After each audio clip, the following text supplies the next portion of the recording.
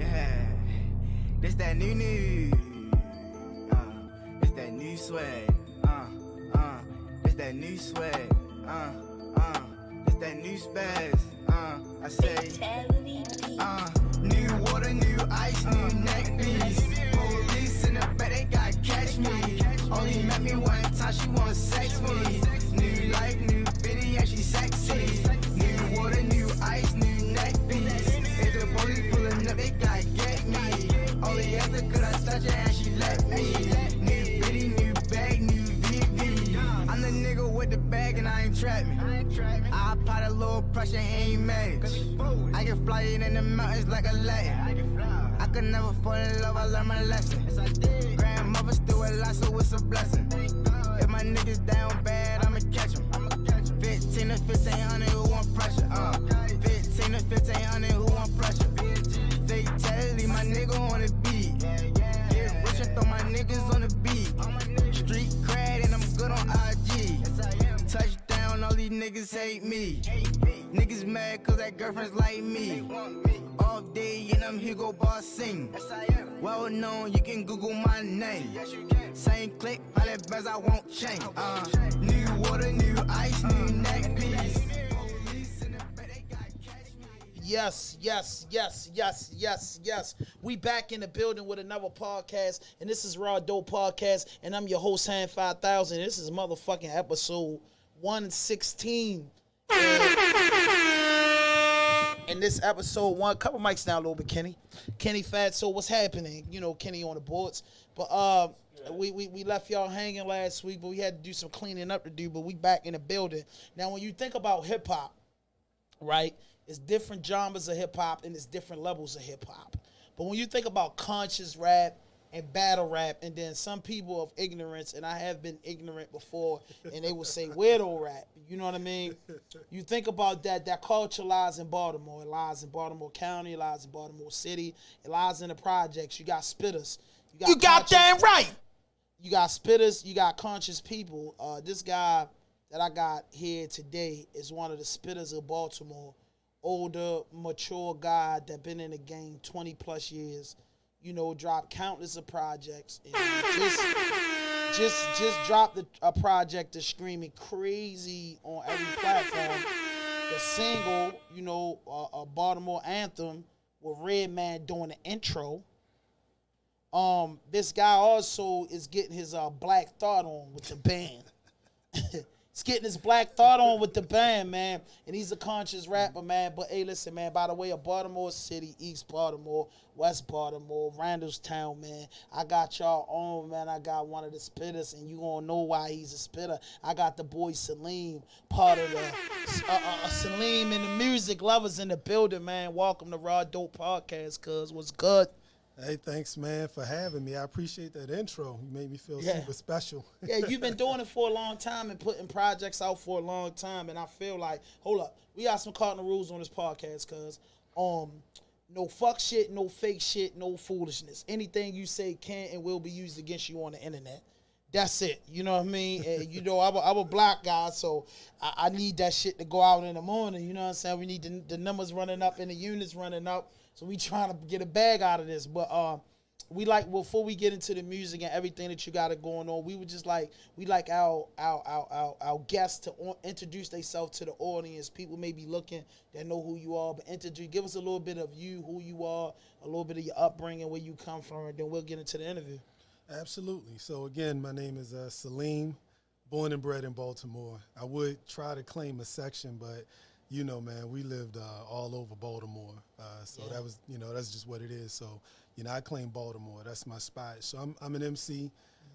As you said, I've been doing this for a minute with my band, the Music Lovers.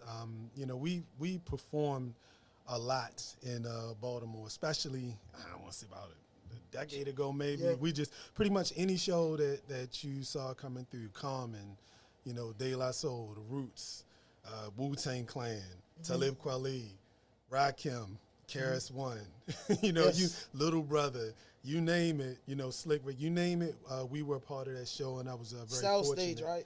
Soundstage, Club Sonar, Rams Head Live, Yeah. Auto Bar, like you And name if you it. ain't familiar with that, they are the spots where the spitters go. Yeah, and we were fortunate. You know, we had a village working with us and pushing us, pushing us and moving us on. And Baltimore was always strong for us. And so, formed my band probably about a decade ago. Right. We were doing a lot, as I said, and, started producing even longer, a while back. Yeah. And so I have a radio show on Loyola University's a radio station called Hip Hop Revisited. Yes. I always say it's my love letter to hip hop. So, we cross spectrums. You can hear golden era music, De La Soul, Tribe, Rakim, you hear Black Thought, but then you hear new age stuff, Dave East, Coda the Friend, Saba. So we try to cross Little Baby and Little Dirt. See, we gonna get into that because I ain't even gonna front on that. But some of it too is a lot of my show is focused on like a lot of the stuff that we don't usually get to hear. Yeah. So many people are turned off from radio, and it's for a reason. Yeah. So a lot of the stuff that we're playing is always going to be music from the substantive, artistic side of things, because that's the part that we can't. It isn't easily accessible, and so that's part of the purpose and the point of my show. I like that. And being on the sideline, oftentimes we can be on the sideline complaining about something that isn't there, but instead of complaining, I'm just like, all right, well, let me stop complaining. Let me do something about it. Let me play the music that I want to hear. Yeah. So You that's got me. damn right. So Yes. what inspired you to rap? That's a good question. I guess, real talk, I used to write poetry, and I'm talking when I was really, really young. And I started out writing poetry, and like writing was always a way that I communicated. Let me say a way that I expressed myself, writing. I wouldn't say like I formalized it and started spitting really until, and I always tell this story, I first fell in love with hip hop. It was on an Easter Sunday, walking down 20th and Barkley, and this car was driving by playing Ain't No Half Steppin' by Big Daddy Kane. And when I heard that, I was like, My shit. who is that? Like, that was the first time I ever heard that song.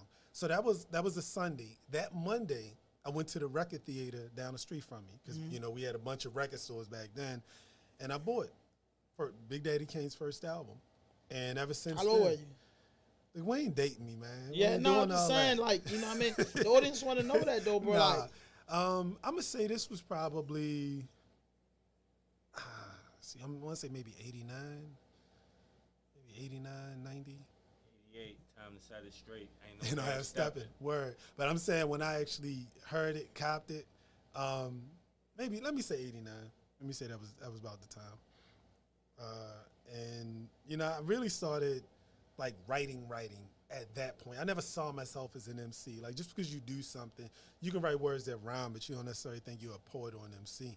Right. That was when I wanted to be an MC. damn. And do you remember your first your first rap? Well, I remember one of my first raps, and I wrote it for me, Justice, and Rob, if I'm mistaken. Swear to goodness, man. They was there. Yeah, They had cousins. So when we say we cousins, we Yes. actual blood cousins. yeah. It's about my first cousin, man. My big cousin, man. My So- God. So Y'all had a rap group. No. We didn't. But Right. I wanted this rhyme. I wanted it because back in the day it was you had the Run DMC influence and you had the back and forth thing. So I won't remember the entire rhyme, but I think it was like the girls on the block. They think they are bad. They either get us in trouble or make us mad. Every time we come home at the end of the night, we either get in trouble in a fight. They call us hoodlums, but we don't care. Because when we hold on, they call us hoodlums, and we don't care. Because when we step up on the block, we know they're stare. Because we're numero uno, number one. Because we're we're colder than something and hotter than the sun. Right. And when we hit numero uno, number one, it was just as numero, me uno, and I think Rob was like number one, colder than the something and hotter than the sun. Yeah. So. Did y'all rehearse that record? Did y'all rehearse it? Man, I don't even think I don't even know if we ended up like really saying the rhyme because back then it was like we in the closet with what we're doing. We ain't really got the heart to share, and it was really more me. So they fam, they gonna support me, but it was really me. So I don't think we shared that one. Wait, y'all should have shared that at like one of the big cookouts or something. Like I would like that. I'd have remembered the whole rap. So when did you feel as though that you could rap in front of a crowd? Yeah, and there's this song on that album called Snapshot. It's the last song on the album, and in it I talk about how when I was in high school, I was writing a lot, but I never had the I guess courage or confidence to like be in a talent show or anything like that. So it wasn't until I graduated. And I actually started with some cats I graduated with. Who Sincere is one of them. He's the bass player in my current band. Right. And it started, real talk, this is how it started. We used to see each other at Paradox a lot. And Paradox had a hip-hop room. So we'd be in that long line. And it was Sincere and another one at Homeboy Santuan. We'd be in line. And so to, kill time being in line, we would just start freestyling in a cypher, in the line. One of them started beatboxing. It was usually myself and Santuan just going back and forth. Right. Freestyling in the line at Paradox. Wow. Yeah. And so that was like the beginning of me actually being comfortable. Getting the courage to do it. Sharing it. Yeah.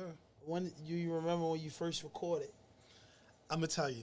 This is a seriously funny story, right? So let me say the first time I was ever in a studio officially. Hold on, let me see. First time I was ever in the studio officially. It was Sincere. Now this is before, because we were a group a long time ago called Rhythmical Society. Mm-hmm. So he saw me, we freestyling in lines and things like that. So he invited me to the studio. It was the studio off of York Road and it was York Road. I'm trying to remember the crossroad. I feel like it was York Road and I'll think later. But it was the studio off of York Road. Mm-hmm. So we get in there, and he's like, they already had a song that they were doing, right?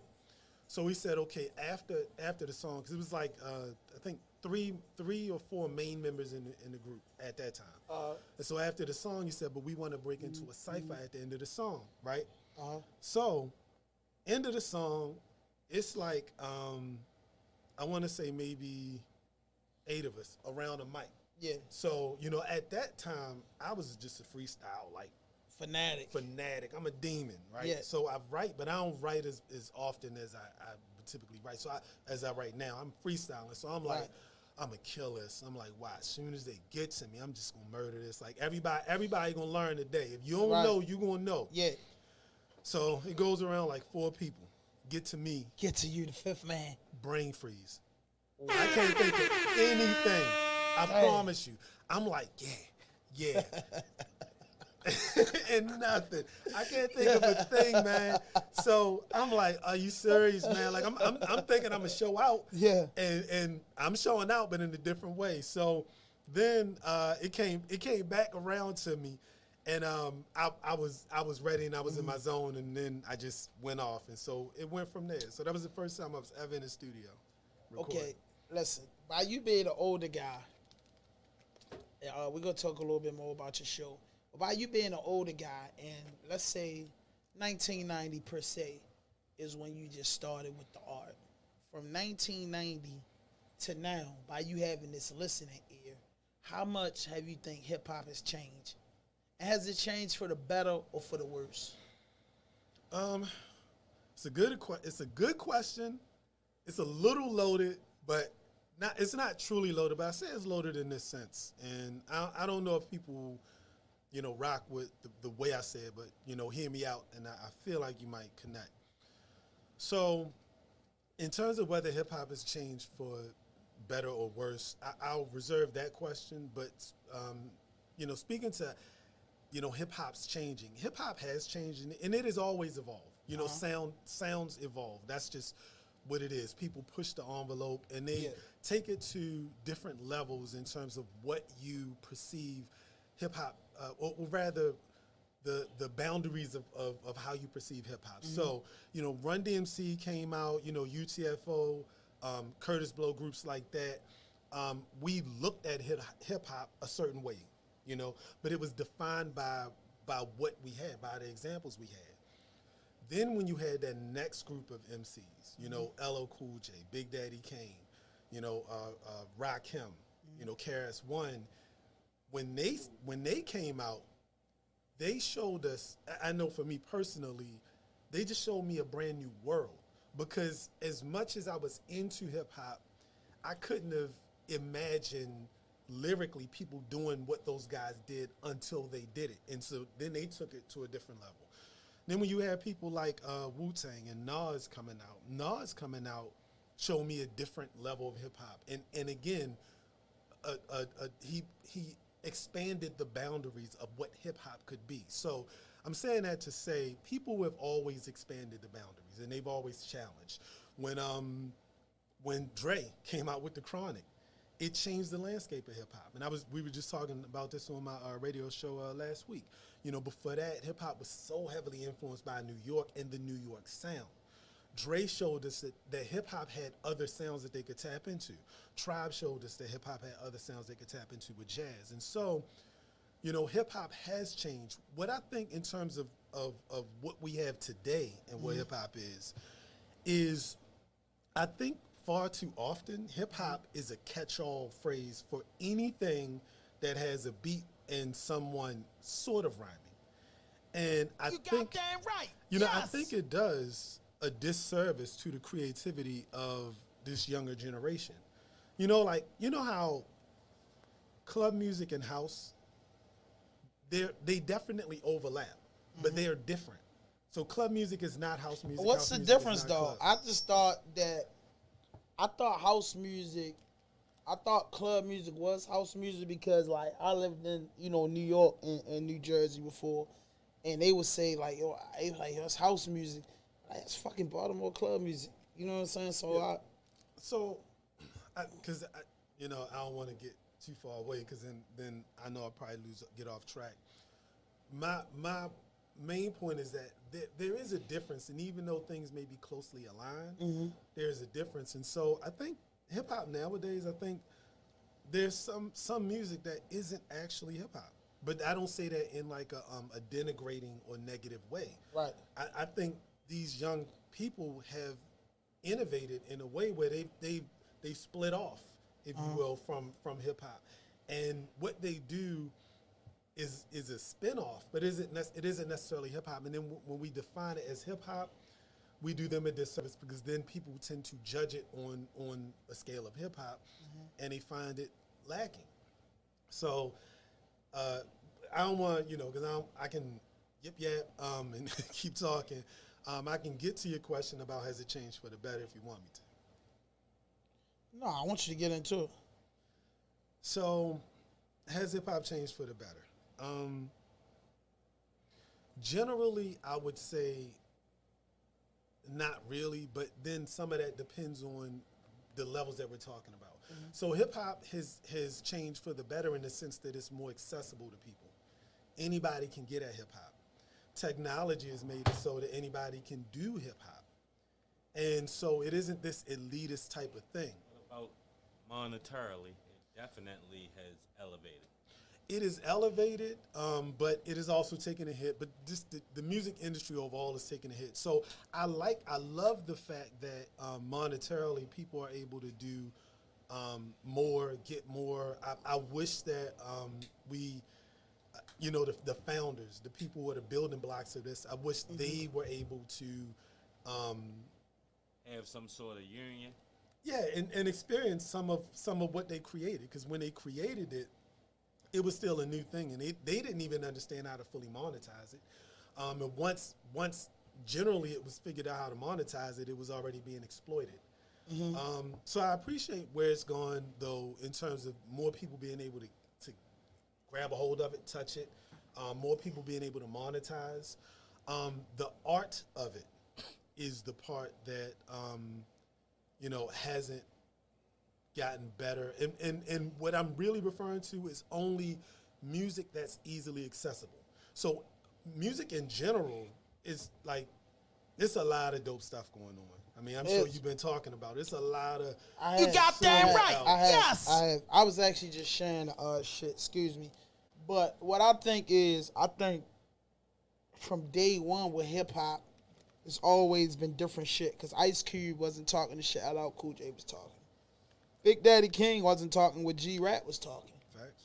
KRS-One wasn't talking the same shit as motherfucking Tribe Called Quest. You know what I mean? It's always been diverse and different. So when I see these kids, the little Uzi Verts and all these other guys, I be like, you really can't knock it because to Big Daddy Kane, Kwame might have been a weirdo. And Biggie said your life is played out like Kwame and them fucking polka dots. Right. Because now Biggie came with Carl Canal. You know, the polka dot outfits was the shit with the shirt, the parachute pants, and the patent leather shoes. Well, I made the first show I ever went to. Yeah, so Kwame, it's slick. He was slick as a motherfucker. And back then, rap was more of the African culture because there was a lot of dancehall rap. They did a lot of performers. Now the performers get huge. We seen Beyonce hang from a rope singing. You know what I'm saying? Like, you see a lot of shit. And I get mad at, like, hip-hop heads or conscious rappers because they be knocking and, like, mumble rap and saying certain shit. And I was watching something the other day. They was like, yo, auto-tune say hip-hop. Do you believe that? No. Not at all. No. You don't think so? But let me ask you this, though. Because y'all spoke about how diverse hip-hop used to be. Yeah. Do you still feel like hip-hop is diverse? Yes. You really yes. do? So yes, in terms of easily accessible music I could turn the radio on and listen to, you feel like I'm going to hear a wide range of topics as it relates to hip-hop? It depends on what channel you're listening to. Because like we was talking when the cameras off, you got Shade 45, you got people that still play Rock the Bell Radio, you got people that still get into the depths of hip-hop, and then you got these kids between the age of 15 and 24, they don't care about the history of hip-hop. And maybe when I was that age, 19, 20, listening to music, I knew about Grandmaster Flash, I knew about the first five, but they didn't mean more to me than Nas, AZ, Jay-Z, Biggie, or Wu-Tang Clan, or Help the Scout, or the Lost Boys, because they was dressing my lingo. You know what I mean? They was talking my lingo. You know what I mean? And a lot of people lingo. NWA was like any kid from the ghetto, the Raiders hats, the black jeans, and the jackets meant everything to us because it looked it cool. You know, Sadat X and them rocked the dashikis and medallions.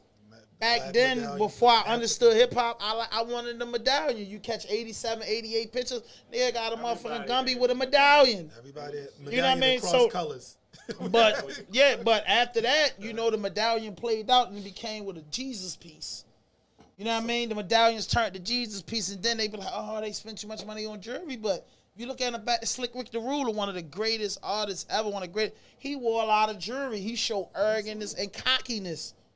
You know what I mean? So it's the same thing to me. Well, is it? See, because I'm asking you that. So to say, all right. So who's in this no order? You don't even have to go deep into it. But if I asked you who were the your top MCs, I need this. top 10 3 or 4.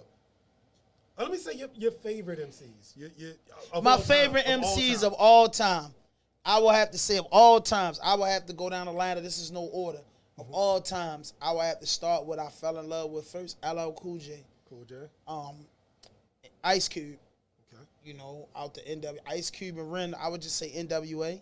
All right. After Ice Cube, because he was writing for all. Yeah, so Ice Cube, KRS-One. Okay. I understood Rakim when he had the video where the kid was smoking coke in the video. Let the rhythm hit him. I understood that. Ice-T, because he came out with New Jack City, the song Hustler, Word Up, he came out with that. You know what I mean? He was hard to me. He was special. Snoop Dogg was special. Then of course Biggie, Jay-Z, Nas. You know what I mean? Big Pun. Now I ain't even going because I ain't gonna press you to keep going on your list. My point of asking you that, right, though, is why are they your favorites, though? Like, what about it? LL Cool J my favorite. I can tell you everywhere. LL Cool J my favorite because the first time I seen that man leaning on a sports car with a leather outfit on, and I wanted to be like him. And then it's crazy because my brother, I tell you, we stole it from somebody in school. I'm bad. Somebody kid stole their parent tape. I'm bad. And my little brother pocketed that joint, and we played it to the tape pop. But our favorite song on that album, I'm Bad, was Cut Creator. And the end of it, Because our father was a DJ, you know this. So go, Cut Creator, go. Yeah. I just was so amazed. Like, every time that part come, when Cut Creator be cutting at the end, me and my brother just be like, we just couldn't believe he done it. That's why I like the LL Cool J. NWA was just like, fuck the police. The worst people I ever saw in the community back then in the mid-'80s, in the early 90s was the police. Yeah. You feel me? So they did, and then KRS-One, man, I heard a lot of shit from him, but then I heard this one shit he say, I'm in junior high with a B+ grade. At the end of the day, I don't hit the arcade.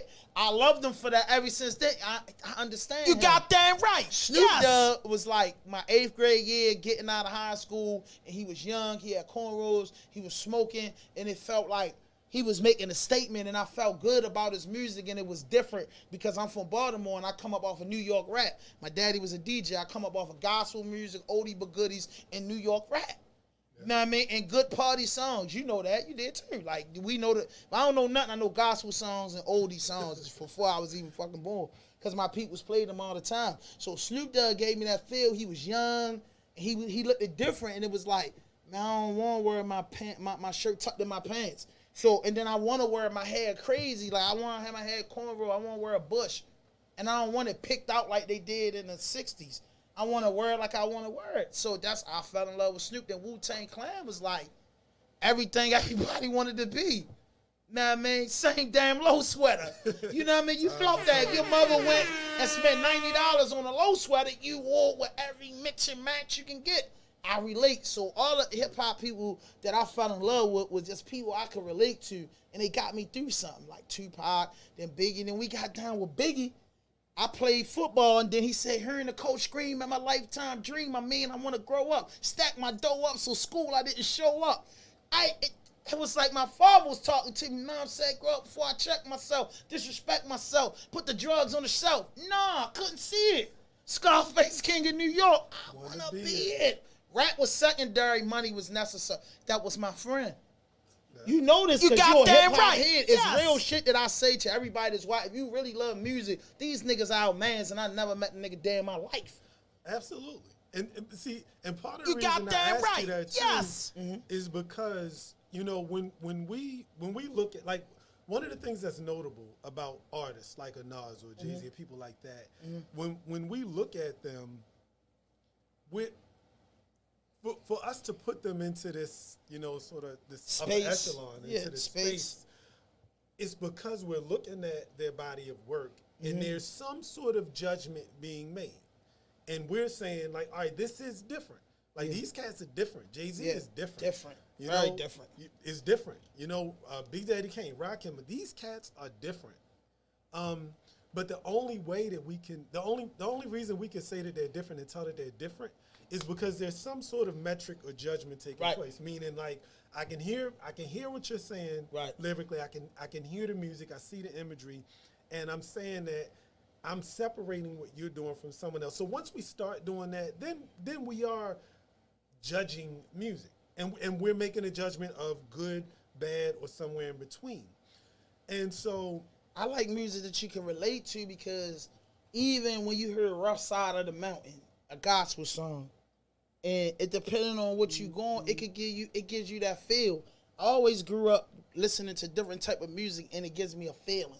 You know, like when I heard Tenderoni, I think about the girl I liked in the 3rd grade. Like, every time I heard this, I thought about her. So with hip hop, I fell in love with these artists is because they did something to me.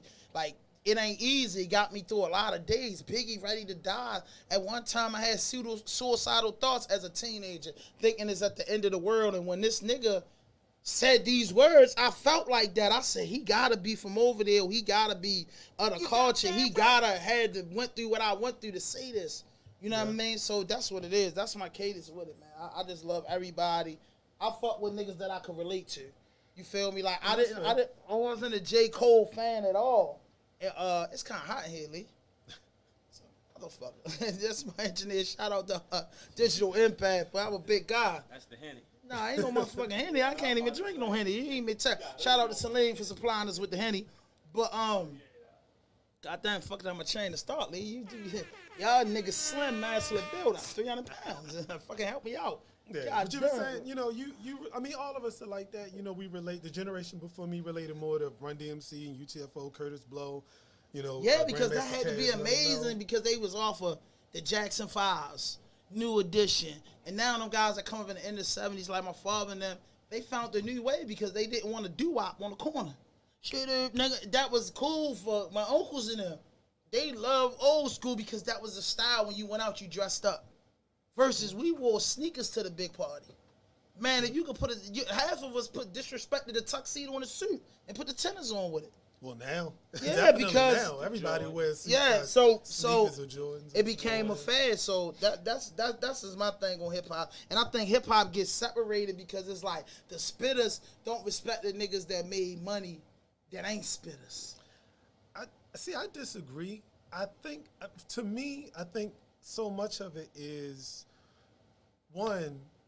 It's okay to say something is not good. Like, that's not a bad thing. Mm-hmm. And we do that all the time in every other genre. But let me finish. Let me say this, because this is it. Dogs, because so if somebody said Ashanti and Whitney Houston were singers, everybody be like, oh, no, Whitney Houston was a singer, but Ashanti made music. I ain't gonna knock her.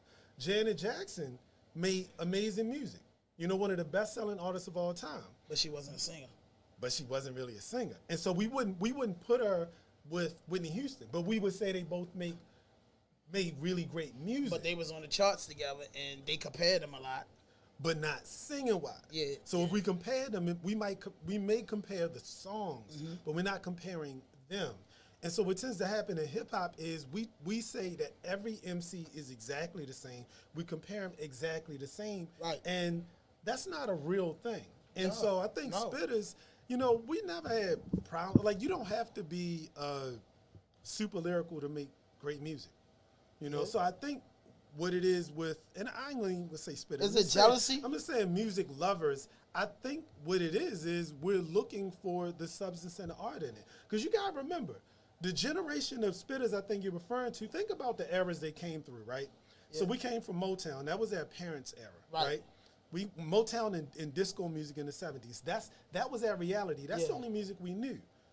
Then you figure the 80s, hip hop starts to come out. It's different. So it's different. And if we were closed off to hearing different music, we wouldn't have gravitated towards it. But then you also had MTV that blew up. So you had the British, the Britpop invasion, and all of this other new music that came in, and we gravitated towards that too. So then neo soul came on. It's different from the soul that we grew up on, and it was very different. But we still were open to it, right? We were open to NWA. That was new. The West Coast gangster, culture. That was different from New York. So every time along the way when something different or new came to us, we didn't just dismiss it out of hand because it was different. We listened to it, judged it on its merits, and then we embraced it. So I think it's a misconception or misperception that, like cats who really deep into the music or spitters or conscious. I don't use the term conscious because we're all conscious of what we create. But I think it's more that, we're looking for the substance in what you're doing. When we see it, we won't gravitate towards it. But do you feel like, because I'll ask you the question first, and then maybe you can tell me. Yeah. So it's a cross-examination. Do you feel like money has influenced the trajectory of hip hop? All right, I wanted you to ask me something like that. Well, then I'm the artist from, I'm gonna say, artists been doing this since way back, but generally it became more popular around maybe 2010. So I'm gonna give it the benefit of the doubt of the last 10 years, artists had took more control of the music, meaning that if De La got the opportunity to make money like the Lil Baby or the Baby making now, De La would have been huge. They'd have owned more businesses. They would have did things. And I think the money made them overlook the art. Because they like, these little niggas getting money, ain't showing money on video, they buying these cars. They doing things like, they making $1 million before they get $1 million budget. And back then, $1 million budget to somebody like Tribe was huge. $1 million budget, the actual kid to make up a dance might laugh at that. Man, what? Hey, $1 million just doing shows. So the money changed in hip hop, and it makes people naive because it's some artists that like for you, for example, I feel like and Los, I'm gonna use you, Los, and Scar Akbar for a chance. If when that Kendrick Lamar and that J. Cole and that Schoolboy Q and that Tyler the Creator happened, y'all was doing that shit before them. Spitting like that before them. They happened, and then everybody that was doing that, like Talib spoke about this on his podcast. I've been doing that. It just wasn't recognized. So I think because it wasn't recognized, then I feel like some of those artists, not saying y'all per se, just industry-wise, has some type of envy when it should be more of we all in the same gang type of songs or self-destruction type of songs. The old getting with the young and making it happen. Hey, you could still spit that fire on a down south beat and it's going to be a hit because half of these motherfuckers didn't get past, they don't listen to lyrics no more. They listen to the beat and punchlines. But see, that's You got that's why that I asked right. you that question. You went a different path, but I appreciate the path that you took. I'm looking at it from the perspective of money influencing the actual music, not even the culture around the music, but the actual music, what's being said. Yeah. And I think it's without question, money has influenced it. And Yeah. so when It always was an influence. but in the late 80s, the early 90s, the art was the driving force. And it was one, in order to get into it, you had to have a certain level of skill. Like you had to have a certain level of skill to write. And that's a good thing, right? So it's not bad that, if you want to be a poet, a prerequisite is that you can actually write poems. If you want to be a guitar player, a prerequisite is you know how to play the guitar, right? Right. So I couldn't call you a guitar player if you only knew how to hold the guitar. Right. I couldn't call you a guitar player if you knew how to wave it around, but you didn't know how to play it. So I think it's fine to have prerequisites to enter into certain industries or to acquire a certain title. Mm-hmm. So I think early, or let me say in the late 80s, early 90s, and probably throughout the 90s, you could make money doing music and being an artist. Yeah. And you didn't have to be a type of artist, and that's why I spoke to diversity. But you wasn't getting what you deserved. No, Tribe was making money. And then you had De La Soul was doing their thing. You had Public Enemy was huge. Public But they Enemy was influenced by the heard- structure of the struggle. I heard Joe Budden say they didn't know what to label him as an artist. Because they know how to market he got, it. Right. They didn't know Because how he to wasn't market. tattooed up and he wasn't hard. So it's like, where did he fit in? Yeah. Even Well, though he could spit. Well, I think that is kind of speaking more to, like, say a person like Monica, right? She's 13, but the voice of a 35-year-old supremely gifted, female singer. So what do you do with that? Now, the industry knows how to market singers. They've been marketing singers, young singers, old singers, everybody in between. But she was in a unique position because it's like, okay, her voice is so mature that if I ever singing like this, lollipop stuff, it will sound disingenuous. But then if I start having, she starts singing about relationships, it's like, what does this 13-year-old girl know about relationships? Right. And Joe Budden, I think that it reminds me of the Monica conundrum, right? You got this really talented guy who was a spitter, and I think other labels would have figured out how to, what to do with that. I think the Pump It Up song, it sounded a certain way, sort of like Cassidy when he came out. Pump it up. Right? That was his hit. That was his hit. Big. When Cassidy came out with the his Two-step. single, Which one? but then he was like, I wasn't really about that life. I'm an MC. So then I'm a Hustler came out and it's like, that's who he really is. But people who heard that first single were like, hold up. Yeah, who was this cat? So you a hustler now? You was just doing a party song, So I get that, but even with that said, hip hop was a diverse enough umbrella where you can have Humpty, where in a fake nose doing a Humpty dance, you can have Tupac, you can have Biggie, and you can have Wu-Tang Clan with like, Japanese references and Chinese movie references, karate flick references in their music, and it was all able to coexist, right? Now you fast forward to now, and the money is really influencing the music. So back in the day, I'll be real quick as I wrap it up. One of the things that people embraced back in the day was being unique and different. Like, so you never wanted to bite. Like, that's where biting came. You never wanted to have somebody You say you goddamn sound right. like this Yes. person. Yeah. Like, that was, no, we ain't never going to do that. And that's that feeling and that inspiration. And I was actually thinking about, I spoke to a good friend of mine. I had him on my show around the time DMX passed away. He's from New York. And he was saying in New York, they weren't really wearing like the fashion that everybody else was wearing. That's a You fact. know, they were wearing unique, different things because part of their, is baked into their DNA that you can't look like somebody else, and it was reflected in the music. Yeah, you can't sound like somebody else. I don't want a nigga sound like me on no album. On no album, I'm approaching nigga. On no Smack album. fire out of nigga. Tell him Ghost. Exactly. I mean, tell him Ray. So I mean, it's Ghost. That was Ghost. So that was Ghost. So it's like, there was this drive to be different, and that difference made music more diverse. And then when Dre brought the West in and then opened it up for the South and the Midwest and different places like that, the music was so diverse, but there was still space for everybody to make money. I felt for years, for me, when we on this subject, that I was cheated for a long time. And I'm a super hip-hop head because I always wanted motherfuckers that could relate. I feel as though since the South got a voice, the music became a lot more relatable, bro, because at one time I felt like rap was a fantasy.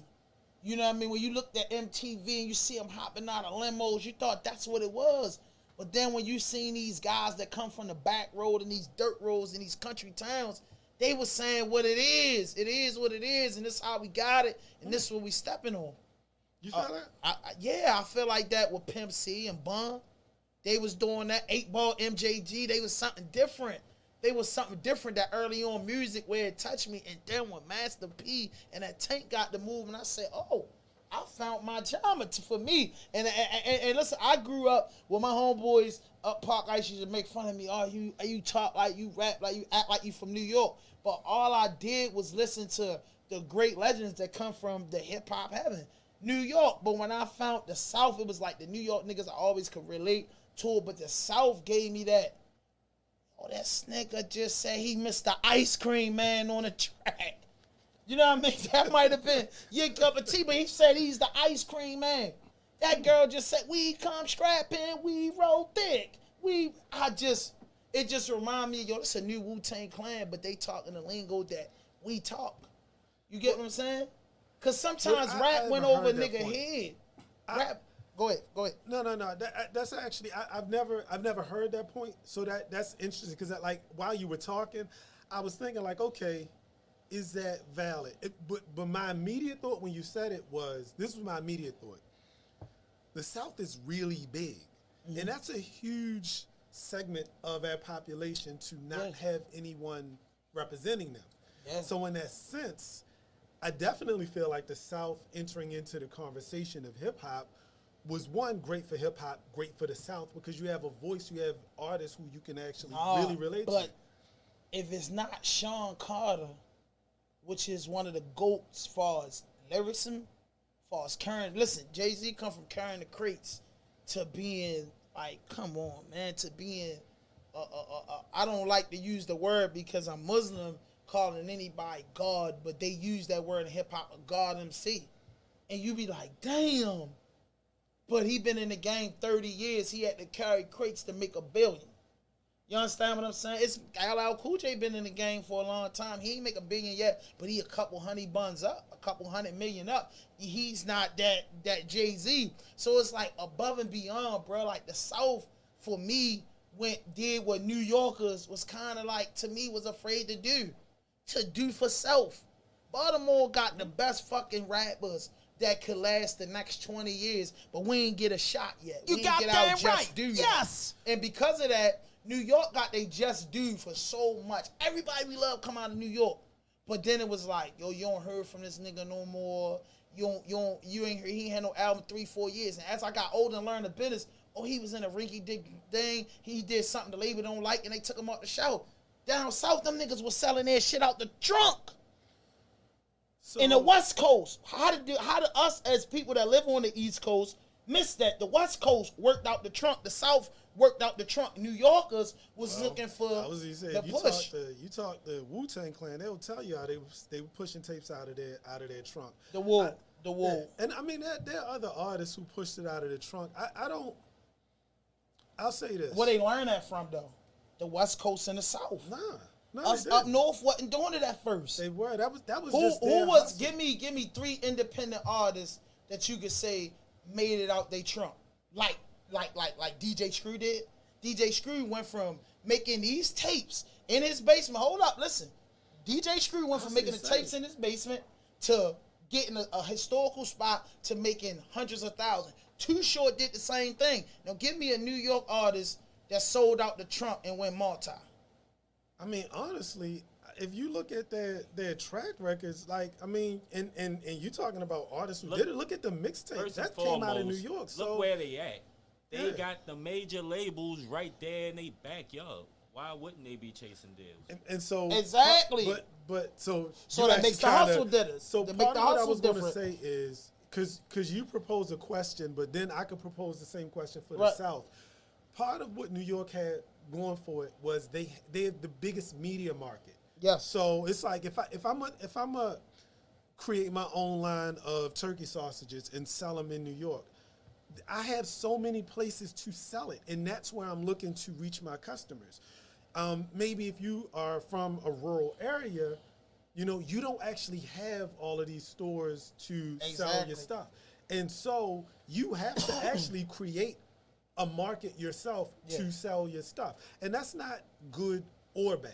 Because, I mean, keep in mind, Master P still paid for distribution. Like, he had to go to somebody for distribution. But the hard cash counted at the time. Because think about it. I pay for distribution. I get it sold in all the mom and pop spots. That's money going into my business. But now I have 20 people that secure this 10,000 tapes we selling. So with this hard cash, I can pay my people.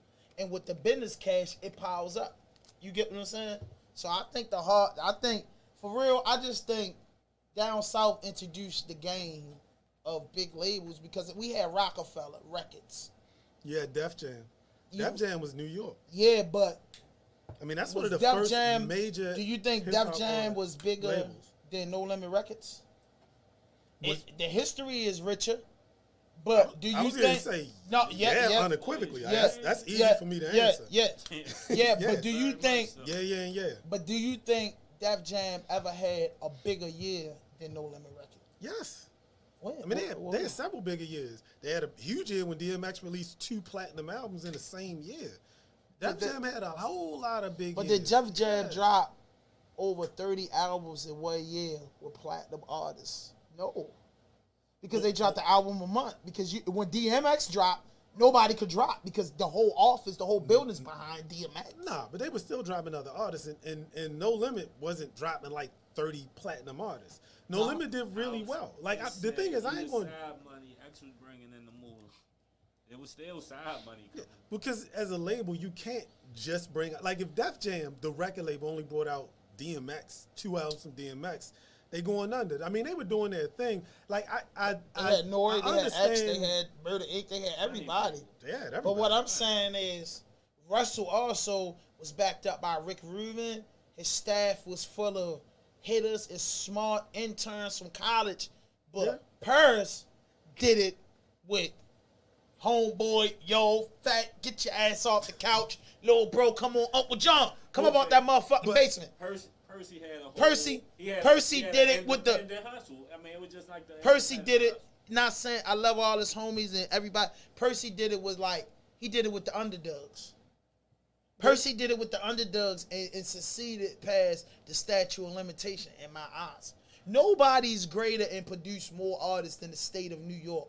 Period. Even South artists had to come to New York and get press runs and do everything. Nobody's greater. I just think overall, the artist standpoint, the execs are more richer than the artists in New York. But in the South, you saw artists get rich like execs. That's what I would say. Because Wu-Tang Clan ain't nowhere for everything that they did. All them niggas not $100 million guys. Well, yeah, but you gotta think. You talking about Wu-Tang Clan? Like, all right, Because to take your example, Master P is the only paid person. Like, think about all of the artists he put out, and he's the only paid person. Whereas with Wu-Tang Clan, RZA is doing really well. Method Man, all of them Raekwon, doing really Ghost, You God doing well. You know what I'm saying? So I don't think Master P the only paid person. Slanted. It's a little bit skewed because Master P did well for himself, and you can't name a bunch of Master P's. You know what I'm saying? Like, you can name Master P. You might even go to Cash Money. You can name Baby, Cash Ron Money. Williams. You can name Master P. You can name Jay Prince. You can name Jay Prince. I mean, I know by you being a hip hop head, you are a Ghetto Boys fan. But my thing is, it isn't as if. No, but listen, hold up. No, I don't mean to cut you off. I named 3 big execs that didn't have the Russell Simmons, the Leors, and the Rick Rubins. Now give me 3 New Yorkers this the thing, though. that blew like Master P. But see Baby, the way you're phrasing it, Rockefeller. you know, and who else? but the way you're And phrasing you can it, get 50 Cent. Russell Simmons and Rick Rubin didn't have Russell Simmons and Rick Rubin. Like, they made what they made. Yeah, they facts, weren't made facts. by anybody. Rockefeller made what they made, and then Yeah, you got to yeah, think about the routes that people are taking. You know, DJ Clue, he was killing the game on mixtapes. Radar R, DJ Clue, Dead Storm, Right? exactly. He made that lane. Yeah, he made it. Look at 50 Cent. I mean, I know he eventually went to Dre, but he made his lane. I mean, this dude was actually making mixtape albums and then videos off of mixtape songs. That was him. That Right. wasn't his backing. He burst his way in. Now, by him going the route that he went, he felt it was a better business move to work with Shady and Aftermath, and he clearly benefited from that. Yeah. So just because he took that route, like, you can name a Jay Prince, but you're going to get very few people who say, like, if we point at 50 Cent, for example, you wouldn't get many people saying, "No, I wouldn't want to do it like him. I want to do it like, you know." And so, that's the problem in business. what do you mean? What I mean is 50 Cent went through a lot in the contract, and I truly believe this. 50 Cent made more money off endorsements and the things that came with rap more than he made off of the actual music. But that's how it is, though. I mean, know what I Master P mean? made more off of other artists and branding and marketing and all of that. Then he probably say he made, well, one, I'm pretty sure he made more off of what he was doing before he started, before he came out, and all the stuff he was doing afterward. Like, everybody would say that, but just because there's more money. As an artist, you have a shelf life. No matter how great you are, you have a shelf life. And when you're not making an album, what are you doing? So that's, you know, and speaking to a point you made earlier with the way that artists now are making money, so a lot of it is endorsements. Like, they're getting into endorsements immediately. They don't have to work towards an endorsement. You know, like, if you were an artist in the late 80s, early 90s, or throughout the 90s, you weren't just going to get an endorsement. You weren't just going to be, but you got to look at a lot of these New York artists, you know, with Sean John, with Rockaway, Fat Farm and Fubu. They started bringing that, you know, aspect of the business, you know, the business into because hip-hop. they live in the fashionable capital. And what I'm saying is, I felt like everybody was getting on in New York when I was younger because, you know, shout out to my cousin Robert. We were tape collectors, and just like you was, we were tape collectors. We kind of like skipped the record era, and we were tape and CD guys. And anybody that dropped, I remember hearing about a guy named Smooth the Hustler. Then one day you heard about the guy Onyx, and then Sticky Fingers dropped this joint because the tape man, the bootleg guy, had all that shit.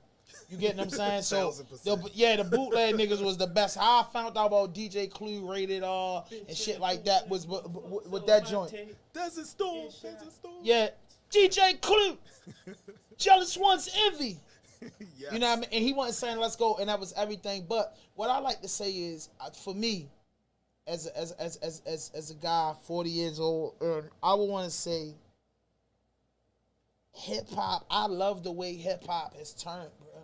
For my daddy, rest in peace, to my pops, who was a DJ and didn't make it as far as the DJ made it now. I just love the way hip hop did, and now I say it's more money. Just as a blanket statement, like everything about hip hop, you love. I ain't, trying to call you, but like you are good with it. Like everything that's happening, listen, I'm good.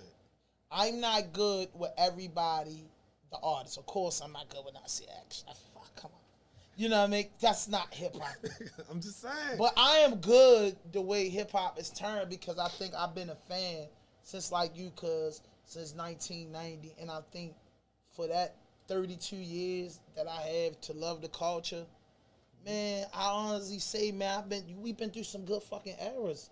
Bro, we lived through the NWA era because your little sister, little cousin, them, you know what I mean, your daughter and them, they will never feel what we feel. Like, their kids would never feel the J. Cole era.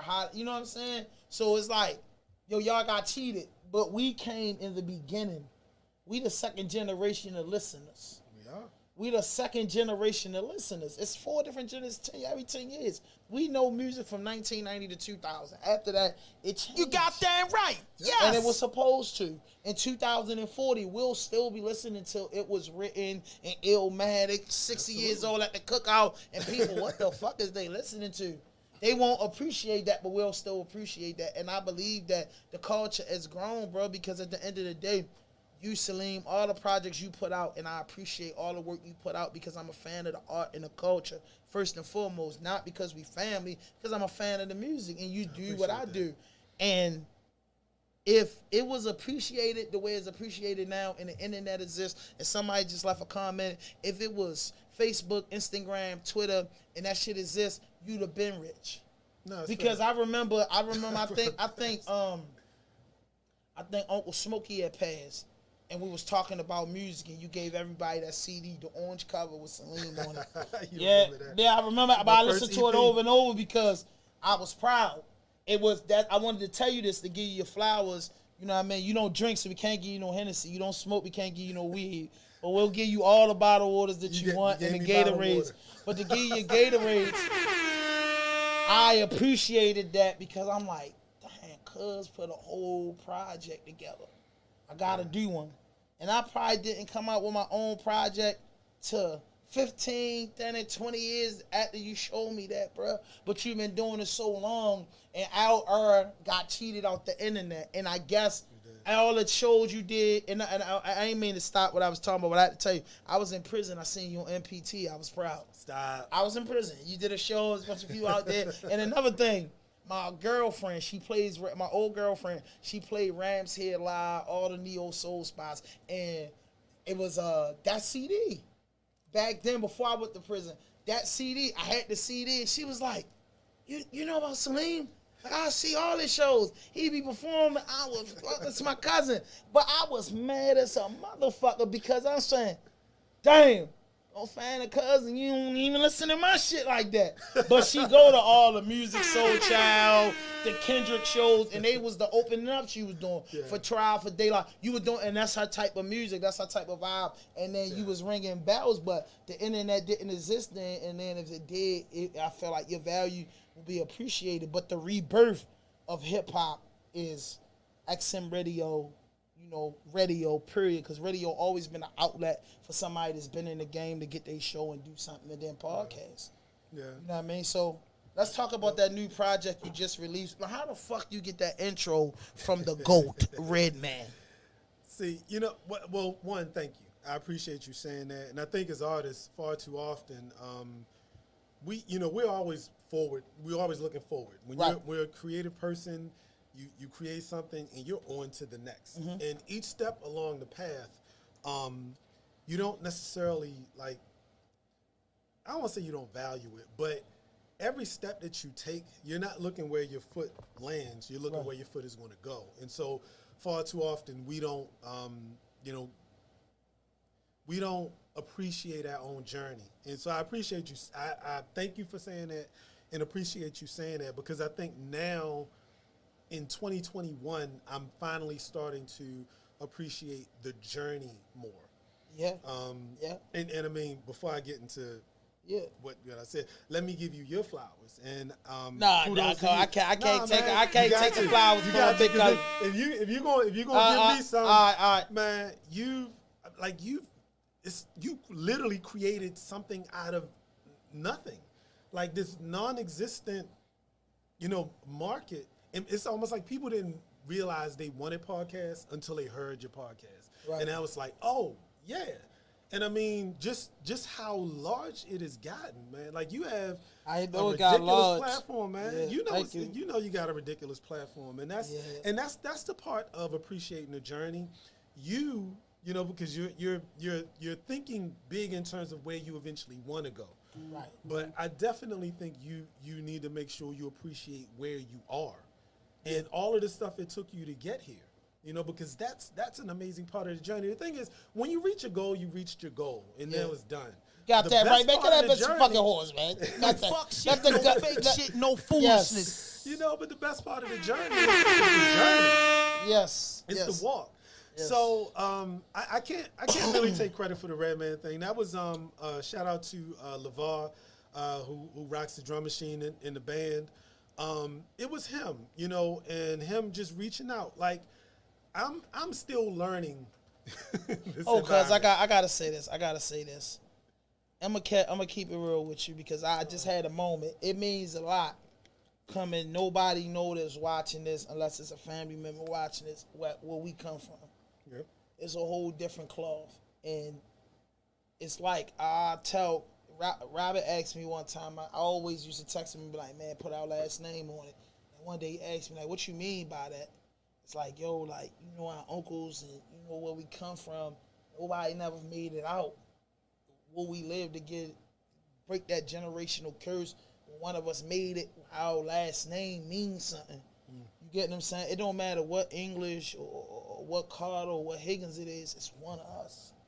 Absolutely. That's what, if everybody get that in their head, you know what I mean? Jay-Z said, all of the ballers, they happy just to see all the hustlers, they happy just to see one of us make it. One of us make it, we break a generational curse, and you never know. Bro, like, we gonna be dead longer than we gonna be living. So, Saleem made music. So the next nephew, 10th, 30th cousin down the line, he might not know, but it was somebody out that tribe before you that made music. And somehow the way blood flow like water, it shifted down to you. You got the art and you made it to the next level. So the platform to me is more about the family and just more like having something with the last name on it to have a pride and joy. And I did it out of the love for hip hop. And I basically grew up in barbershops, and I grew up around my uncles, and all they did was talk and chop it up. So it's nothing like good men having a good conversation. That's why we always say no fuck shit, no fake shit, no foolishness. Because at the end of the day, we like, oh, bro, you coming to the horseshoe game or the poker table, we ain't into the violence. But you'll get fucked up right here if you play games. But we not into that. We don't want to hear about the negative thing. He about to cry about his wife. He about to tell us how his job ain't been paying him. And he about to tell us how successful he is. That's a good conversation. That makes a show. You know what I mean? All I'm doing is what we grew up doing, having the same conversation we had when you purchased your first home in your basement while you making beats. Yes. It's the same thing. Podcasts and radio is the same thing. Yeah. Just being comfortable sitting down, having the conversations. And one thing I grew, that I didn't get left with money. I didn't get left with a big house. I didn't get left with a car. I didn't get left with an insurance policy. But I got left with knowledge from my uncles. So that's why people talk to me like, man, you be knowing what you be talking about. And I'll be like, damn, I ain't even read a book more. Where's he told me that shit in 93. You feel me? I just laugh at myself. Like, these niggas, You for got real, that I ain't right. even mean to say that on camera, but that's how I really carry it. Like, man, I learned that shit from my uncle. This nigga ain't even go to the 8th grade. Then you, I mean, and that's the truth. I always think of a line, what do you say, Benny the butcher said, he said, I got rich with the Pyrex, turned the fork around it, then retired and got richer just talking about it. Yeah. You know, and so, you know, speaking to coming from a certain place, you experience things. Yeah. And then that information and that knowledge is what you start to pass on. And it seems slick and fresh and whatever, but it's just my people life. don't and people don't know the blood, literal blood that went into that. Yeah. So, you know, I mean that's real, you know, and only, you know, obviously like you said, like family members will appreciate you know, some of the things that we've experienced and gone through. But that it, like what you said, I don't know if you know how powerful it is. Like you said, you know, my inheritance was information and knowledge and experiences. That's it. And that's real, you know, for the black, you know, for the black family, you know, black people in America, typically we hand debt to the generation that comes after us, like actual debt. So you start out in the hole. So, you know, what we get, you know, is what we gain from knowledge and experience. It's the griot in us that passes down this information and knowledge, and then, you know, that's the thing that we are able to build off of. So, you know, because we weren't the type of guys that had a $1 million uncle. You've been doing music all your life. If you had an uncle, you'd say, look, uncle, 200,000, invest in this. I guarantee you, give me 3 years. I'm going to double it up. I got you. That would have been a big start for you and your crew. 200,000 to just do music. You know how to pay bills. You already took care of your bill. This is 200,000 investing you. You went with that. So I'm saying, bro, I ain't get the fame to running on the stage, performing in millions of people, and I think I could have been successful at it. But I don't know who that God's going to send next. It's like if you're a religious person, if you believe in Jesus or whatever you believe in, you always believe they say He sent His only begotten Son. It's I don't look at it no different from our grandfather and grandmother who started this tribe. You don't know what's going to come out the bloodline. So at the end of the day, it's going to be a successful rapper. It's going to be a successful parter. Going to take it further than what it's supposed to be. I know that's what Joe Rogan hold for somebody in his family. You know what I'm saying? So that's just it, and it's just a mutual respect. I respect the game. I respect your hustle. I respect you doing many years. And I just didn't like when you took days off. Because at the end of the day, yo, no matter what, we can't take days off. Me and my man engineer was just arguing earlier, like, nah, we too late in the game to really care. You feel me? We gotta walk home with the equipment. That's what we gonna do. Because if you heard any stories for anybody that ever been great, they tell you, man, it's hard, but it's fair.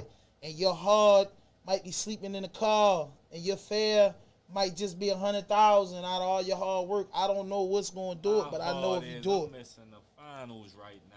That's hard. See, that's what I'm saying. He's a fucking idiot. He's an idiot. I'm a basketball fan, and now I'm watching that game right now, and this shit sirs. Sir. Yeah, so, but listen, Saleem, we gonna get into the fucking emotional shit, but man, appreciate the flowers. You got your flowers. Let's talk about the project. So, LeVar reached out to Redman, and I think, you know, there are a lot of negatives, obviously, clearly, still going on with COVID. But I think one of the things that it opened people up to was the idea of networking and connecting via social media, just in a new way. Right. And so that was all him. That was all him being ambitious enough or bold enough to reach out. You know, my wife, Natasha, shout out to my wife. Shout out to wife, Miss Higgins. What's good? she been turning in all night. And she's always said, one of the things she's always said is, closed mouths don't get fed. And I know it's not. I'm not saying that as if that's a unique thing for her, but I'm saying as it relates to me. For me, I'm an artist. Yeah. And so oftentimes when you're an artist, like I'm all about creating, writing rhymes, producing tracks, working on songs, videography, pictures. Like that's where my brain is. And so I'm sort of in my creative world. I'm not thinking about how to network with this person or that person. And part of it is that's just not my personality. Like some people are social butterflies, and so networking is second nature to them. I'm an introvert. You know what I'm saying? Yeah. And so like networking and talking to people, like that's really out of my wheelhouse. And so, I also project a lot. I view people's actions through what I would do.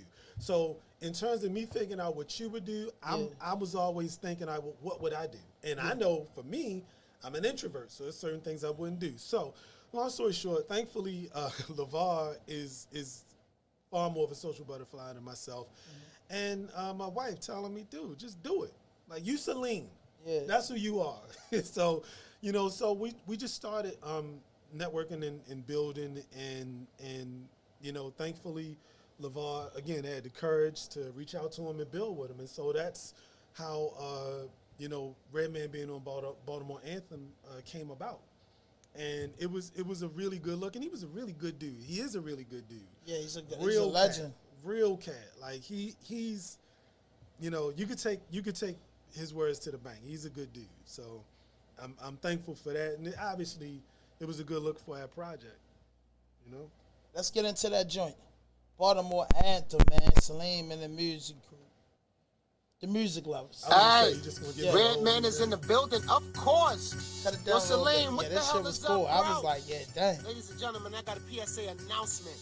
Saleem and the music lovers got a song out right now that's fire. You know the name of it is called Baltimore Anthem. Baltimore, be more, stand the fuck up. But like I tell everybody, no more talking. We about that action. Redman is in the building. Saleem and the music lovers in the building. Baltimore Anthem, stand the fuck up. Let's get it.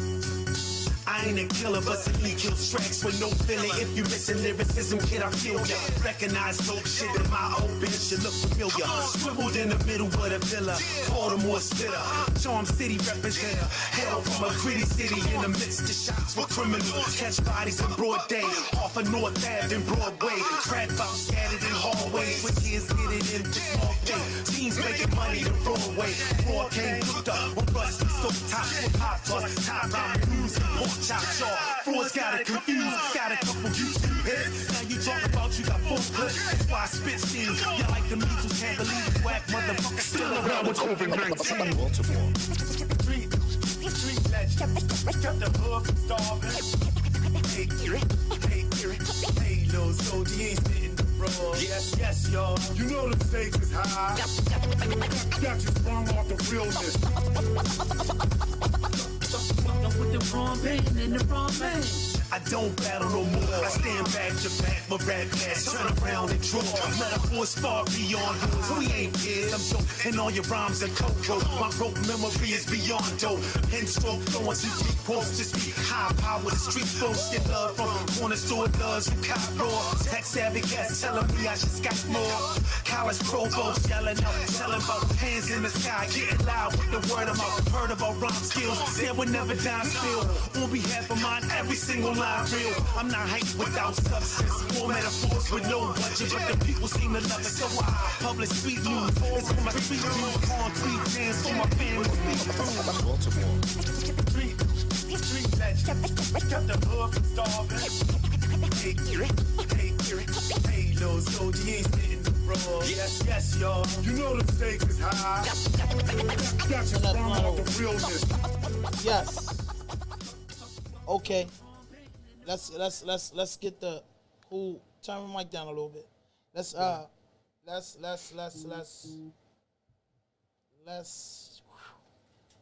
who produced it? I produced it. Who did the beat? Me. That's all me, man. In my basement. Wow. Man. How do you feel about how's the reviews been with it? It's been really good, man. The reception has been really good. I was just posting today, only been out a couple weeks and we got over 15,000 views across platforms, getting love from Static Select on Shade 45 FM, Sky Zoo, Boom Bap Nation, and, Baltimore scene. Like a lot of Baltimore folks are, really gravitating towards it. And that's why we are still, promoting it and pushing it out because you know how it is, man. Like people have to hear something or see something like I think they said 7 times, 8 times in order for it to even register that this thing exists and it's out in the atmosphere. And so it's such a it's an ode to Baltimore. It's like a love letter to Baltimore. I love it. And so I want more Baltimoreans to hear it. Like with New York, you gotta do a remix. Yeah, actually, I'm going to. That's the thing. You gotta get Scott Akbar on. Well, I got a couple cats I'm thinking about. No. Let me put that together. I want to do the intro this time. You let Redman do it. Let the fat guy do it. Let the fat guy do it. You know what I'm saying? The fat guy, Rawdope podcast. We want to do the intro. The beat sound like Redman needed a verse. Yeah, Like, Red. it Now really Red can't sounds get like- on it. Redman cannot rap on it because it's not from Baltimore. It's Baltimore Yeah, thing. but not it's from the Baltimore. way the beat sounded. It Okay, sound like Redman can something do an he- outro on the remix. I'll do the intro. He But can do the outro. You know that like the genesis of part of the genesis of that song is, for New Yorkers, you got Empire State of Mind, New York State of Mind 1, New York State of Mind 2. You got so many songs. I'm on my New York shit, bust around. Like you have so many songs celebrating New York. And Baltimore, we don't have enough. It's not that we don't have any, but we don't have enough. And I had actually, I wrote a song with a really good friend of mine, Caleb Stein, and it's called Baltimore. Right. But it's more of like a spoken word type of feeling and vibe to Right. it. And it was sort of me being nostalgic about Baltimore. Right. But, you know, Baltimore has this other side too. This is a little grittier. And I wanted that, you know. So Baltimore Anthem was a direct response to a previous song I had on a project called Outgrown These Walls that, like I said, I did with my really good friend Right. Caleb Stein. And it wasn't even supposed to be titled Baltimore Anthem. Because real talk, you're not, like, you're a producer, you just making beats. So you might make, 10 beats that day. And I just needed a title to remember it. Excuse me. So I started writing, the rhyme a little bit before I made the beat. When I made the beat, it gave me that vibe. So Baltimore Anthem was a placeholder. Like, I wasn't trying to name it Baltimore Anthem because I wasn't trying to be grandiose or provocative, like, I'm Baltimore. But I am Baltimore. You know, we all are. Yes. And if you come from Baltimore, Yes. you can represent it. And so the title stuck. Yeah, You know? I love it. And so and then the video is got a lot of really good. It's been well received, but my goal was to just show Baltimore in the video, so be all around Baltimore. Yeah, I know you hit me. I was busy. But Yeah. I love it. I love it. Yeah, I I love hit it. you. Yeah, And you hit and me. But I'm just saying, you could have got you a ignored sing. me. No, I didn't. I ain't ignore you, bro, because I'm mad now because the platform deserved that. That's why I said it need a remix, and I'm saying I like the song. It's a 10 to me. It represents older hip hop. It represents a different brand of hip hop. You know what I mean? And, Appreciate that. And that's what I do, man. And hit that notification button. Hit that subscribe button. Drop a like. Leave a comment, man. Share this shit. Shout out to Digital Empath Studio. You know what I mean? They get the work done. And Absolutely. and we also spin a booth around 360. You got that right. Yes. Use promo code Rawdope Podcast 037. Let me know what you're talking about. But listen, before we wrap it up, I gotta ask you three things before we wrap it up. Mm-hmm. Your next favorite song on the CD, on the project. Mm-hmm.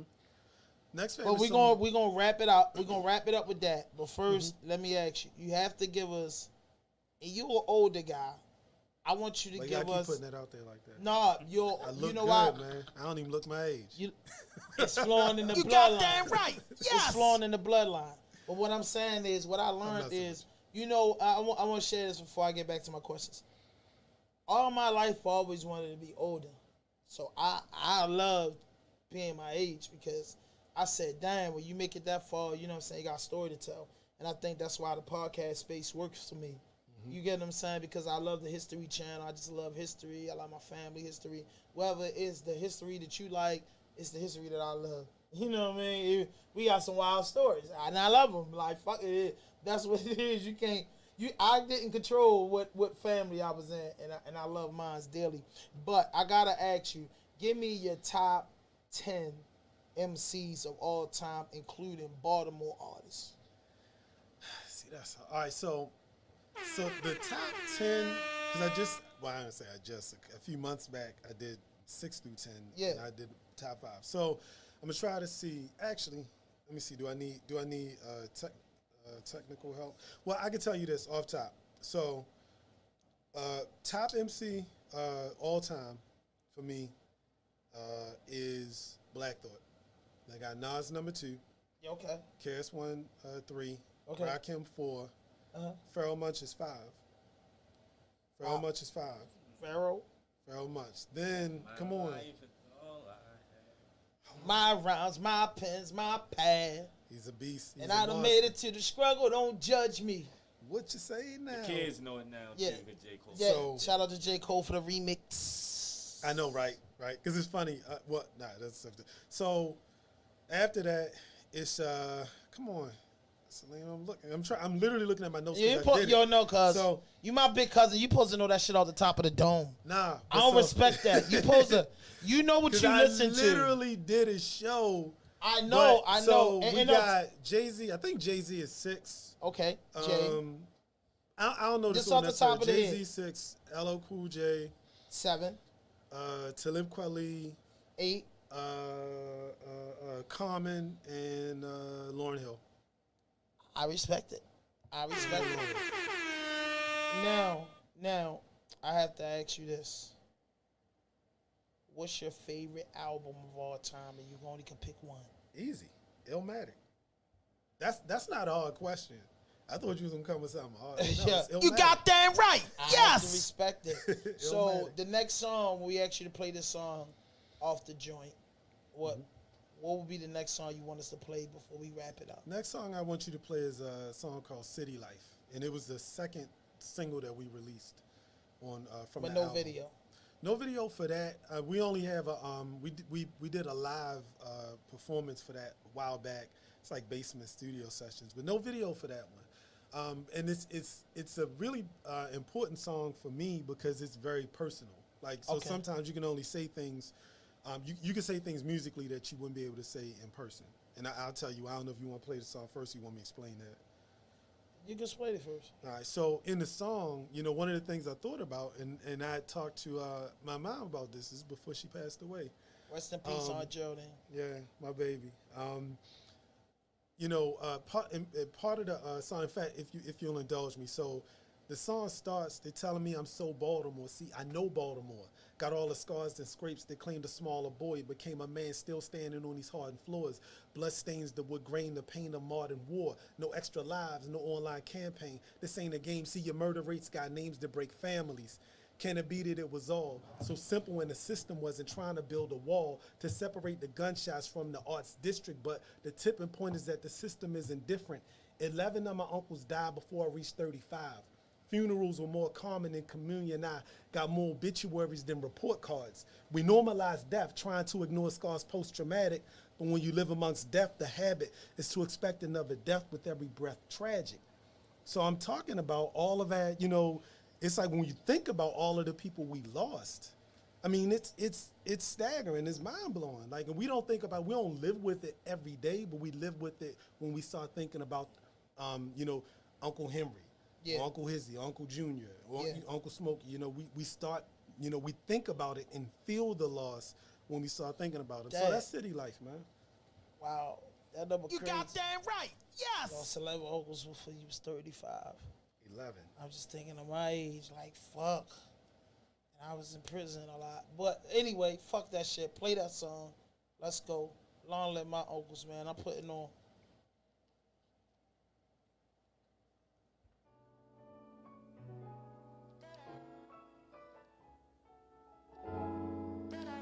Yes. Saleem in the building. In the building. Let's go. You got that right. Yes.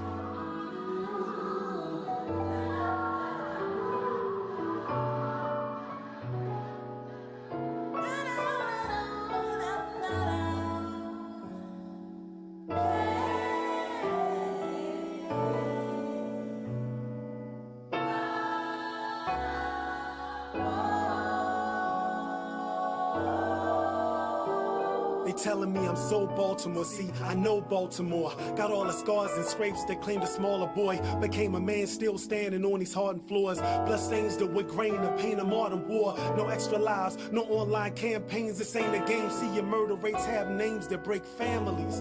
Can it be that it was all so simple when the system wasn't trying to build a wall to separate the gunshots from the arts district? But the tipping point is that the system is indifferent. 11 of my uncles died before I reached 35. Funerals were more common than communion. I got more obituaries than report cards. We normalize death, trying to ignore scars post-traumatic. But when you live amongst death, the habit is to expect another death with every breath. Tragic. And that city life is real filthy, right? We live by the sword tie in a gunfight. I'm living life on the edge of eternal life. Can't escape death, well that's the better bet. And that city life is real filthy, right? We live by the sword die in a gunfight. I'm living life on the edge of eternal life.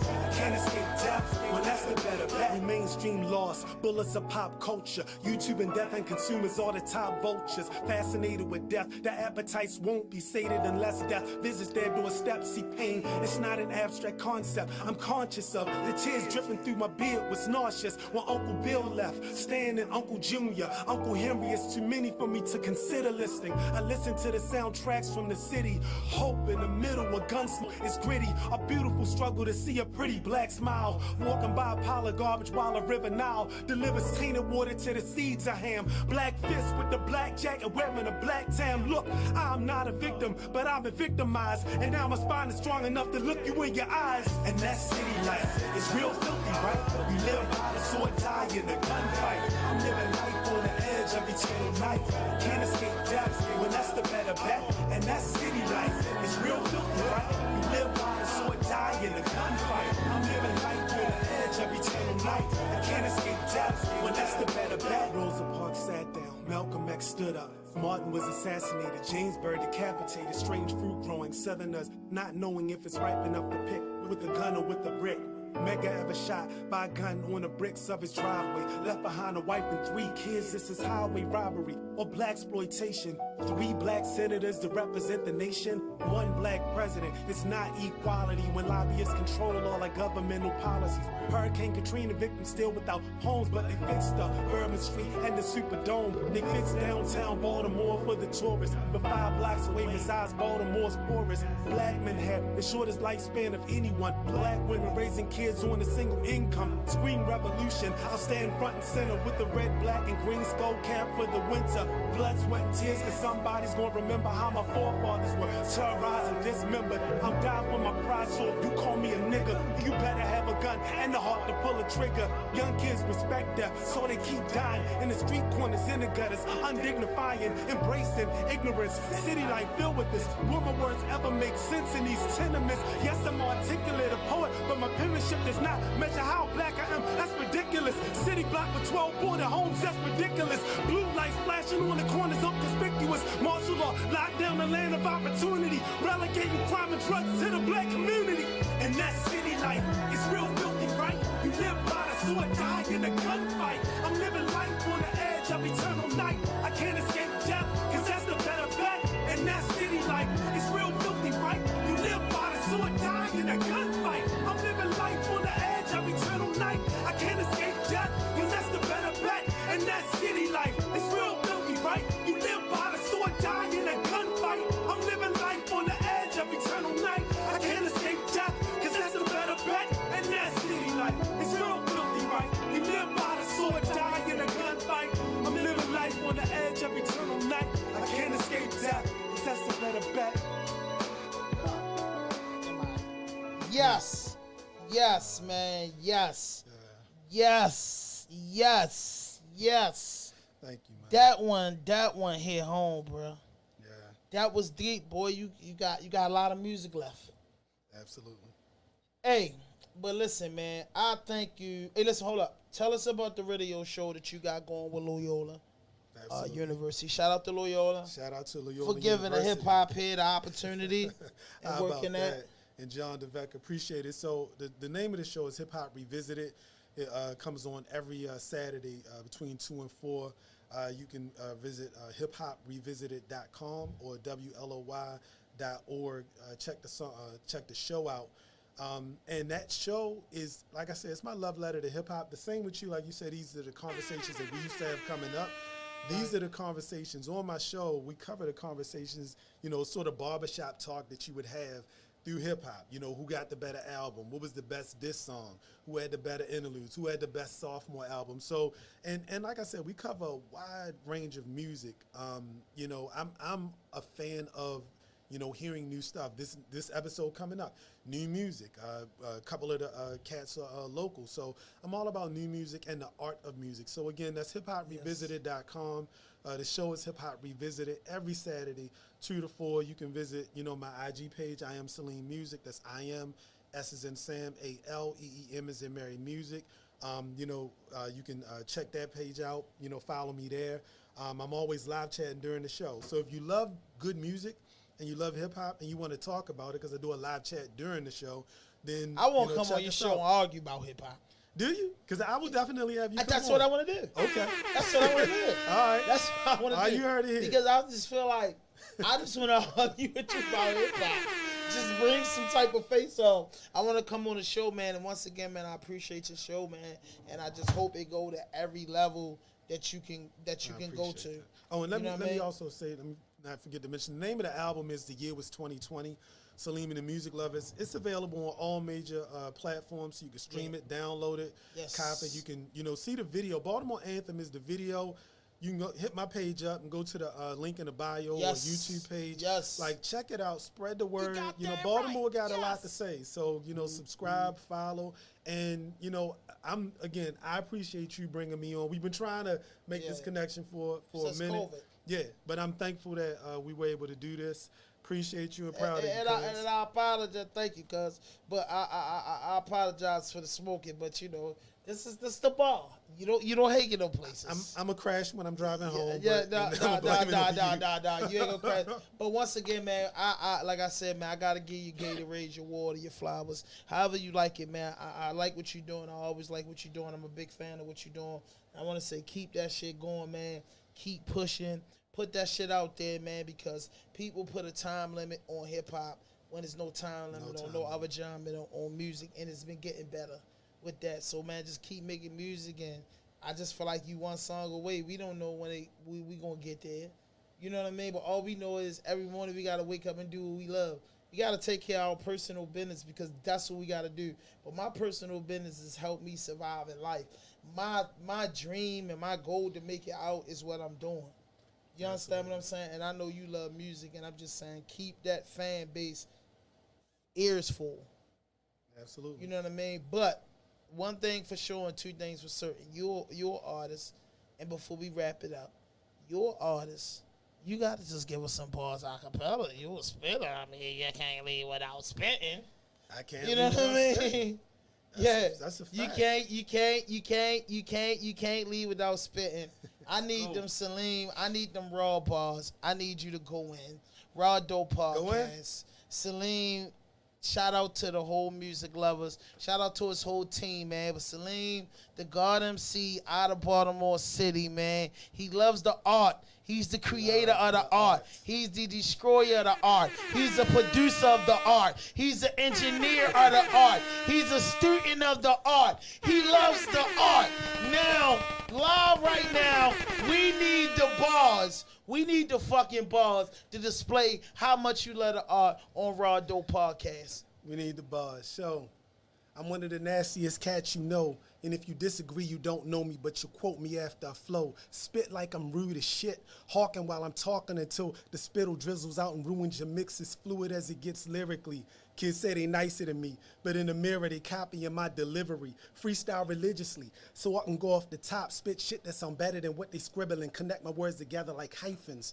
Rappers can't cut it what they writing, so they should become hype men. The shit you talk about ain't exciting. You think I really care about your chain? Can you spit something tight when the beat start playing? I might send shout outs to your crew, cause they said I'm better than you. Check the way I lace the beat when the bass drop. Got these kids quitting and getting religion like that do Mace got. Whoa. These kids want props like Mace got. Let's go. I want the underground to blow me up like the roots to J. Scott. That's what I'm saying. When I'm in the cypher, I stay hot. Spit. Make the tightest MC stop what he's spitting and straight watch. Believe I don't that. want to get him my snatch props. Rhyme over your A-side single and make y'all do the backdrop. Bars. Troop like Paul Pierce on a black top. Shoot. Been talking shit ever since kid play with sport in them flat tops. Cause acting like they don't like these rap socks, but they whacking shit, tearing pin kids like Maryland mascots. We don't believe you.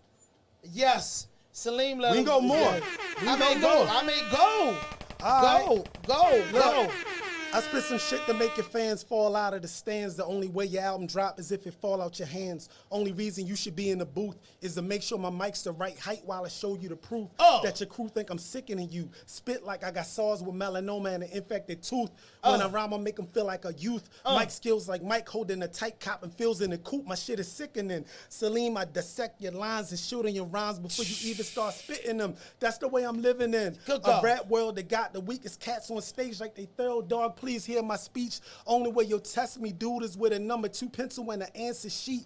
Weak kids talking about they the bombs. Raps like guns with no bullets in the safety. You on your words just too hollow to feel. Crews got a local deal with 2 points. How they swimming in mills, dog. I'm swimming in skills. Got raps that I wrote as a child that sound better than what they doing now. The only way that they could spit with me is if they really spit with me. Like phlegm, pumpkin seeds, tobacco leaves. I might leave kids heartbroken, thought-provoking. Shit smoke these kids like a black and mild when to touch your lips.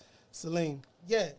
Yeah, man. And listen, man, hit that notification button, hit that subscribe button, drop a like, leave a comment. This is Rawdope Podcast, and I'm your host, Hand 5000, and we out of here. Peace. No fuck shit, no fake shit, no foolishness. Anything you say can and will be used against you on the internet. Rawdope Podcast.